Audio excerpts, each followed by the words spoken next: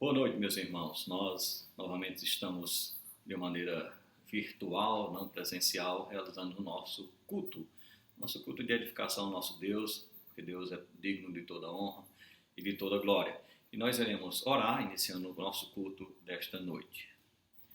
Deus eterno e todo-poderoso, Criador dos céus e da terra, nós te louvamos por tudo que Tu és, por tudo, Senhor, que Tu representa em nossa vida. E recebe a nossa adoração e abençoa, Senhor, a cada irmão, aquele que está em casa. Protege, Senhor, guarda, dá saúde e protege de todo o mal. Está conosco, é o que pedimos em nome de Cristo. Amém. Vamos louvar o Senhor e com isso vamos ter o auxílio do irmão Breno, que irá entoar cânticos ao Senhor. Vamos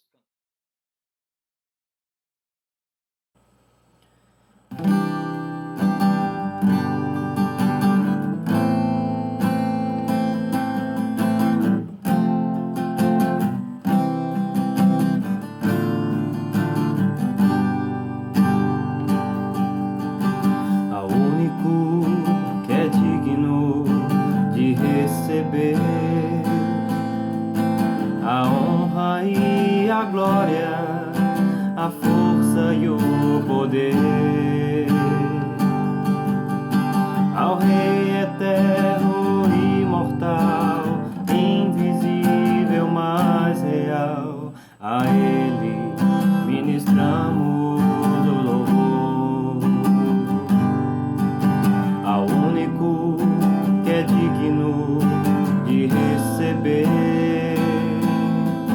a honra e a glória, a força e o poder, ao Rei eterno e imortal, invisível, mas real, a Ele ministramos o louvor. Coroamos a Ti, ó Rei Jesus, coroamos a Ti, ó Rei Jesus, adoramos o Teu nome, nos rendemos aos Teus pés, consagramos todo o nosso ser a Ti. Coroamos a Ti, ó Rei Jesus, coroamos a Ti, ó Rei Jesus, adoramos o Teu nome, nos rendemos aos Teus pés, consagramos todo o nosso ser a Ti. Consagramos todo o nosso ser a Ti.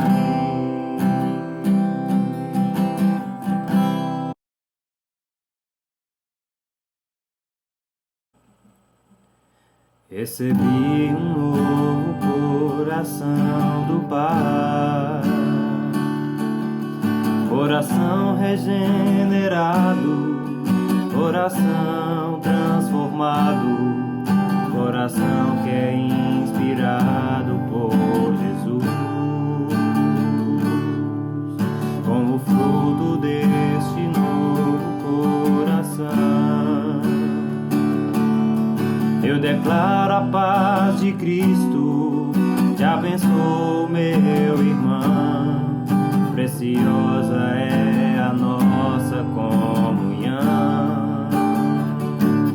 Somos corpo, e assim bem ajustado, totalmente ligados, unidos, vivendo em amor, uma família, sem qualquer falsidade, vivendo a verdade, expressando a glória do Senhor, uma família, vivendo o compromisso do grande amor de Cristo.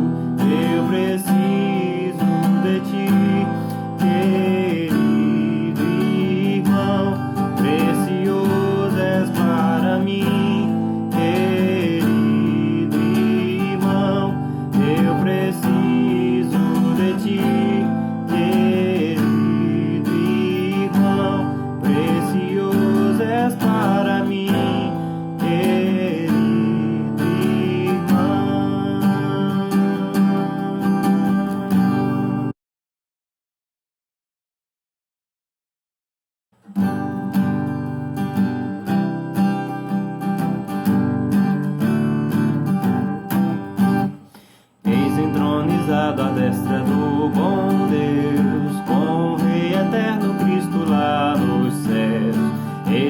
Rei da glória que a Satã venceu, feita tal vitória, Deus o recebeu. Pela sua graça, pelo seu amor, seja dada a Cristo cordial louvor. Veio resgatar-nos pela sua cruz, quer apresentar-nos em celeste luz. Pela sua morte, pelo seu sofrer, o inimigo nunca poderá vencer. Pela sua graça, pelo seu amor, seja dada a Cristo cordial louvor. Mas o seu serviço continua ali, poderá valer-nos entretanto aqui. Por nós advogando com o Pai está, Ele nos ajuda e sempre ajudará. Pela sua graça, pelo seu amor, seja dada a Cristo cordial louvor. Como é bom louvar o Senhor, Ele é digno de toda honra e de toda glória. E eu queria agora compartilhar da palavra do Senhor e quero convidá-los a me acompanhar numa leitura que se encontra no Evangelho de João, capítulo 2. Eu irei ler do verso 1 ao verso 11. 3 dias depois, houve um casamento em Caná da Galileia, achando-se ali a mãe de Jesus. Jesus também foi convidado com seus discípulos para o casamento. Tendo acabado o vinho, a mãe de Jesus lhe disse: eles não têm mais vinho. Mas Jesus lhe disse: mulher, que tenho contigo? Ainda não é chegada a minha hora. Então ela falou aos serventes: fazei tudo o que ele vos disser. Estava ali 6 talhas de pedra que os judeus usavam para as purificações, e cada uma levava 2 ou 3 metretas. Jesus lhe disse: enchei de água as talhas. E eles a encheram totalmente. Então lhes determinou: tirai agora e levai ao mestre-sala. Eles o fizeram. Tendo o mestre-sala provado a água transformada em vinho, não sabendo de onde viera, se bem que sabiam os serventes que havia tirado a água, chamou o noivo e lhes disse: todos costumam pôr primeiro o bom vinho, e quando já beberam fartamente, serve o inferior. Tu, porém, guardaste o bom vinho até agora. Com este, deu Jesus princípio aos seus sinais em Caná da Galileia, manifestou a sua glória e os seus discípulos creram nele. Vamos orar. Deus eterno e todo-poderoso, nós damos glória ao teu santo nome, porque nos dá, Senhor, acesso à tua palavra. Temos nas nossas mãos. Então, que o Senhor possa, então, nos encher o nosso coração de conhecimento vindo de ti. Que tu possa usar a tua palavra para nos dirigir, nos guiar, para que assim, Senhor, nós possamos ser conhecedores da tua vontade. Nos abençoa, é o que pedimos em nome de Cristo. Amém. Apenas o Evangelho de João nos conta este milagre que certamente tem grande importância. Jesus transformou água em vinho, não é algo comum. Eu acredito na historicidade deste relato. Sei que alguns lançam descrédito a esse registro, sei que alguns não querem aceitar e afirmam até que foi um acréscimo feito mais tarde. Eu acredito em cada palavra que aqui está registrada e vejo o propósito de Deus sendo estabelecido neste relato. Estamos em Caná da Galileia, um casamento e o vinho acabou. De alguma maneira essa informação chegou a Maria. Talvez começou o comentário, a história foi se espalhando e então Maria obteve essa informação. Ela faz chegar essa informação a Jesus e a forma como ela levou deu a entender que ela esperava que Jesus resolvesse a situação. E Jesus respondeu de uma forma até rude. Embora não soe desta maneira quando nós lemos na nossa língua, mas essa expressão que o Senhor usou, ela tem uma ideia muito forte. Essa expressão ela vai aparecer no Evangelho de Marcos, capítulo 5, verso 7, e em Lucas 8 e 28. E eles ali estão relatando o episódio do endemoniado gadareno, que se dirige a Jesus e pergunta: o que tenho eu contigo, Jesus, filho do Altíssimo? Então, o endemoniado usou essa expressão, o que tenho eu contigo? Era uma expressão forte, não era uma expressão amigável. Mas a atitude de Maria, ao ouvir essa expressão do Senhor, é louvável. Ela dá um bom conselho. Ela escuta essa expressão vinda do Senhor Jesus e ela dá um conselho ao seu servente. Ela diz, olha, obedecei o que ele disser. Fazei aquilo que ele determinar, que ele estabelecer um bom conselho. Uma atitude louvável, já que ele ouviu uma resposta tão rude do Senhor Jesus. Um casamento judaico levava mais ou menos uma semana, durava mais ou menos uma semana. Nós não temos a informação qual o dia que faltou o vinho, se foi logo no início, se foi um tempo depois. O que é certo é que aquele noivo estava numa situação muito difícil. Alguns especialistas em casamento judaico daquela época declaram que os convidados poderiam até processar o noivo. E o pai da noiva poderia acabar com o casamento por entender que o noivo não tinha capacidade de sustentar a casa. Era uma situação séria. O mestre da festa e os que serviam estavam sem saber o que fazer. Onde comprar? O que fazer para que o noivo não passasse essa vergonha, não fosse então desmoralizado no seu casamento? E é nesse contexto que o Senhor Jesus entra em ação. Ele olha para os servos que, depois do conselho de Maria, devem estar ali com os olhos fixos em Jesus, pensando, ele vai dizer alguma coisa. Essa é a maneira como eu penso. E Jesus diz, enchei as talhas de água. E é bom compreender que aquelas talhas que estavam ali tinham um propósito bem específico. O texto diz que eram talhas para purificação. As talhas dessa festa estavam ali com um propósito, que os convidados lavassem suas mãos, lavassem seus pés, fizessem a sua higiene.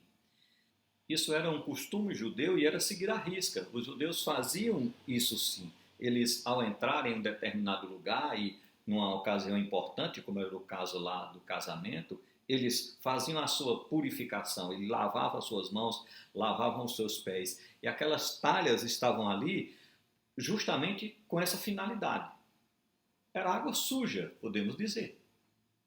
Não tinha outros vasos para encher? É claro que tinha. Se o vinho havia acabado, então aonde estavam os vinhos estava vazio, desocupado. Mas o Senhor faz encher aquelas talhas. E a palavra que o Senhor usa dá a entender que eles deveriam completar as talhas. Não era esvaziar as talhas e depois colocar água nelas. Não, era completar a água que ali estava, era completar as talhas. E depois ele diz àqueles servos, quando eles terminaram de encher as talhas, tirai agora e leva ao mestre-sala. Eles fazem isso. E o mestre-sala diz, que vinho maravilhoso, que vinho bom. E chama o noivo admirado e começa a elogiar o noivo. Olha, todos costumam servir o vinho bom primeiro e depois serve o inferior. Como tu tem uma atitude honrada, olha o que tu fez. Tu serviu o vinho inferior e agora tu está trazendo o melhor vinho. Depois que eles estão fartos, tu tem essa atitude, uma atitude louvável. O noivo está sendo elogiado pelo mestre-sala. Só que o mestre-sala não sabia de onde vinha o vinho. Ele não sabia que o vinho veio da água suja. A festa continuou e todos ficaram satisfeitos. Os convidados, o mestre-sala, o noivo. Todos felizes com a atitude do Senhor, da maneira como o Senhor resolveu aquela situação. Mas eu quero chamar a atenção para algumas lições que nós podemos tirar deste texto. A primeira lição, todos têm a sua importância no serviço ao Senhor Jesus Cristo. O primeiro milagre de Jesus, ele usou pessoas que nem sabemos o nome. Eles não eram discípulos, eles não faziam parte da família do noivo. São pessoas que são identificadas apenas como servos, aqueles que serviam. Então a questão não é o que somos, é o que Cristo faz quando nós nos colocamos à sua disposição. É o que Cristo faz com o servo que está ali disposto a servi-lo. Essa é a grande questão. Não tem a ver com posições ou funções, mas a disposição para o serviço. Na igreja do Senhor, todos aqueles que se colocam à disposição são usados pelo Senhor. Há sempre algo a ser feito na casa de Deus. Você pode pensar, não sei fazer nada de especial, não sou tão inteligente. O que é que eu vou fazer? Apenas coloque-se à disposição. Esteja pronto para servir e você certamente será usado. O Senhor está usando esses servos. Não sabemos quem eles eram, não sabemos os seus nomes, mas eles foram usados pelo Senhor para realizar um grande milagre. Todos têm a sua importância no serviço do Senhor. Todos têm um trabalho a realizar na obra do Senhor. O que é necessário? Colocar-se à disposição. Então, a minha pergunta é, até que ponto você está disposto a servir o Senhor? Você tem se colocado à disposição? Na obra do Senhor, você é aquele que está sempre à disposição para ser usado por Ele? Essa é a grande questão. Se coloque à disposição e o Senhor Jesus vai usá-lo no seu serviço. A igreja do Senhor tem sempre espaço, tem sempre trabalho para aqueles que estão dispostos a servir. Se você tem disposição de servir, o Senhor vai lhe usar. Uma segunda lição, esteja sempre pronto para obedecer o Senhor Jesus. Você já parou para pensar na situação? Eles estavam ali, esperando a ordem do Senhor Jesus. Maria tinha dito, olha, espera que ele vai dar uma ordem. Esteja pronto para obedecer. Então o Senhor Jesus, ele tem conhecimento que aquelas talhas ali estão sendo usadas para a higiene pessoal. Para que os convidados lavassem seus pés, lavassem suas mãos, fizessem então a sua higiene. E ele vai lá e diz, completa aquelas talhas com água. Bom, eles estavam esperando a solução do problema daquela festa. E não era água para os convidados, não era água para a purificação. Certamente não era isso. O problema da festa era falta de vinho. Mas eles vão lá e enchem as talhas. E voltam à presença do Senhor Jesus. E Jesus então diz, pega um copo dessa água que está nas talhas e leva agora para o mestre-sala. Leva para ele beber. Eles então vão lá, pegam lá aquela água meio suja e então leva para o mestre-sala. O que você acha que passou na mente daqueles homens? O que é que eles pensaram? Eu sei o que passa na minha cabeça quando eu penso nessa situação. Rapaz, nós temos um grande problema. O responsável pela festa já está lá de cabeça quente, sem saber o que fazer para resolver o problema. O mestre-sala está lá já com dificuldade, está com dor de cabeça. E eu vou lá e agora eu vou levar essa água suja para ele beber.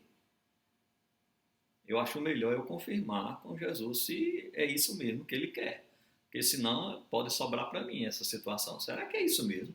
Será que eu tenho de pegar água suja e entregar e dar para esse mestre-sala?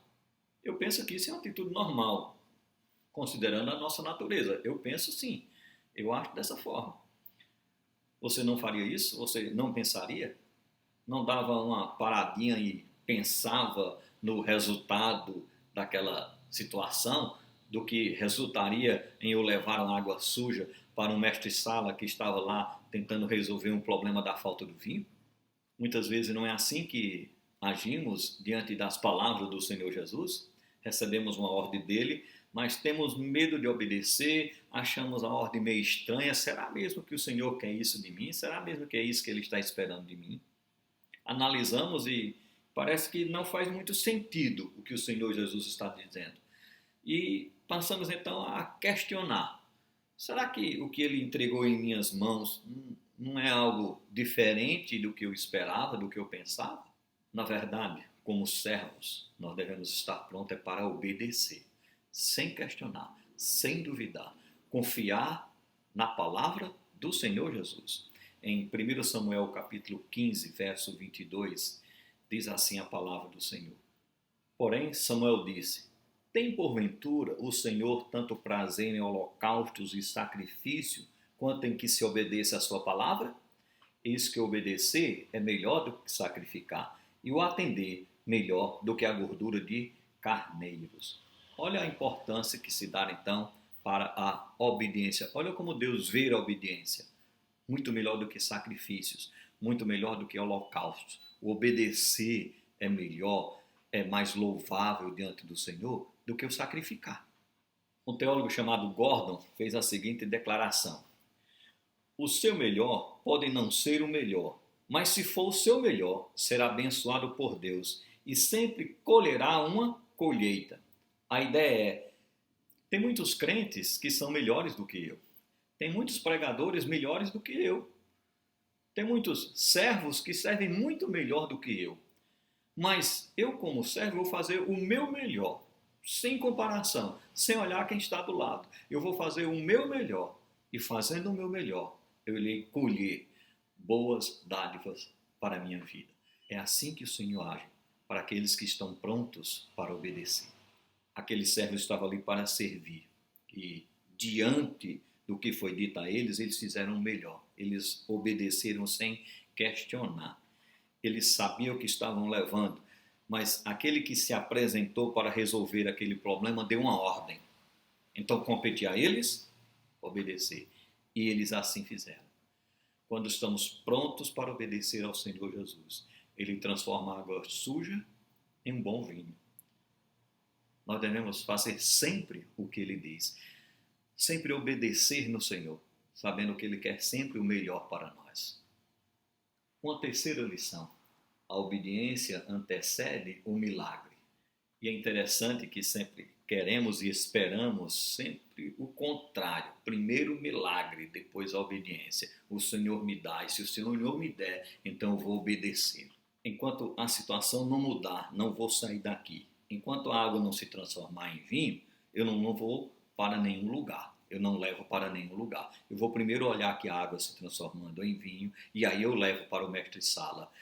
De maneira ilustrativa, é assim que agimos em muitas situações da nossa vida. Quando Deus tirou o seu povo do Egito e os conduziu à terra prometida, então eles estavam diante do rio Jordão. O rio Jordão estava numa cheia enorme. Temos essa história lá em capítulo 3 do livro de Josué. E Deus então diz que quando os sacerdotes que estavam carregando a Arca da Aliança, quando eles pisassem nas águas, quando as águas cobrissem os seus tornozelos, o Jordão iria parar de correr. Primeiro, os sacerdotes tinham de entrar nas águas. Depois o milagre aconteceria. Primeiro obedece, depois vem o milagre. Deus poderia parar as águas antes do sacerdote colocar os pés? Claro que sim. Havia outra maneira de Jesus ter realizado aquele milagre em Caná? Claro que sim. Ele poderia falar e as águas seriam transformadas lá em vinho. Chegou lá, transforma em vinho. Pronto, resolvido a questão. Mas não foi assim que ele fez. Jesus está mostrando que nunca veremos um milagre antes da obediência. Enquanto não tivermos fé no Senhor Jesus, obedecer à sua palavra, não veremos o milagre na nossa vida. Eu preciso confessar o Senhor como Senhor e Salvador da minha vida. E aí o milagre acontece, a minha salvação. Quando obedecemos o Senhor Jesus, Ele faz milagre na nossa vida. E quantos de nós já não experimentamos isso? Muitos de nós. Eles levaram água suja e Deus transformou no melhor vinho. Quantos servos obedeceram à ordem do Senhor e milagres aconteceram? No ano de 1994, um irmão se colocou à disposição de obedecer o Senhor Jesus, a ordem do Senhor Jesus de pregar o Evangelho. E ele então se dirigiu à minha casa e passou a ler a Bíblia comigo, passou a fazer o discipulado comigo. E foi difícil. Pode ter certeza que eu compliquei muito a vida daquele irmão. Mas ele estava obedecendo a ordem do Senhor de fazer discípulo, estava obedecendo a ordem do Senhor de apresentar o seu evangelho, evangelho da salvação. E ele fez isso. E essa atitude de obediência se tornou um milagre. A minha conversão e a nossa conversão é um milagre. A criação dos meus filhos no lar cristão, o que levou à conversão dos dois. Hoje tenho 21 anos de ministério, um milagre, pode ter certeza. É água suja que se transformou em vinho. Tudo graças à obediência de um irmão. Nós carinhosamente chamamos esse irmão de Dedé. Ele obedeceu o Senhor Jesus e um milagre aconteceu. Quero terminar fazendo uma consideração no verso 11 de João 2. Com este, deu Jesus princípio aos seus sinais em Caná da Galileia, manifestou a sua glória e os seus discípulos creram nele. O que João está querendo nos mostrar com isso? Creio que a crença dos discípulos do Senhor Jesus, creio que ainda não era completa. Existia alguma dúvida na mente e no coração daquele discípulo, apesar de terem seguido o Senhor Jesus. Vemos então o que uma simples atitude de obediência é capaz de fazer. Aqueles servos obedeceram a Jesus e o resultado foi uma crença completa, uma convicção por parte dos seus discípulos. A partir daquele momento, eles estavam prontos para seguir, acompanhar o Senhor Jesus. Eles criam no Senhor. Muitas vezes queremos fazer algo grandioso, queremos fazer que os nossos familiares, que os nossos amigos, que as pessoas com quem nos relacionamos acreditem no Senhor Jesus, confessem o Senhor Jesus, tenham os céus como futuro. Sabe o que é preciso fazer? Basta obedecer à ordem do Senhor, viver conforme o que o Senhor espera de nós. Obediência ao Senhor Jesus vai gerar um milagre, o milagre da conversão, o milagre da mudança de natureza, a transformação de uma criatura para um filho de Deus, de uma água suja para o bom vinho. Creio que esse é o maior testemunho cristão, a obediência ao Senhor Jesus. A obediência ao Senhor Jesus é que vai impactar na vida de outras pessoas. E nós precisamos crer nisso e tirar essas lições para a nossa vida. Aprender com aquilo que aqueles servos nos mostraram no milagre de Caná da Galileia. Que Deus nos abençoe. Vamos orar mais uma vez. Deus Todo-Poderoso, nós te louvamos e queremos te rogar, Senhor, que tu possa, Senhor, abreviar esses tempos difíceis, que tu possa estar com cada irmão, dar, Senhor, tempo de refrigério para cada um. Ó Senhor, usa as autoridades, abençoa as autoridades. Ó Senhor, nós queremos te rogar por tua igreja, estar com cada um de nós e que nesse tempo de pandemia nós possamos usar, Senhor, para que teu nome seja glorificado através das nossas ações, através da nossa obediência. Abençoa a tua igreja, está com todos nós. É o que pedimos no nome santo do nosso Senhor e Salvador Jesus Cristo. Amém. Que Deus os abençoe e que vocês possam ter uma semana na presença do Senhor. Até mais.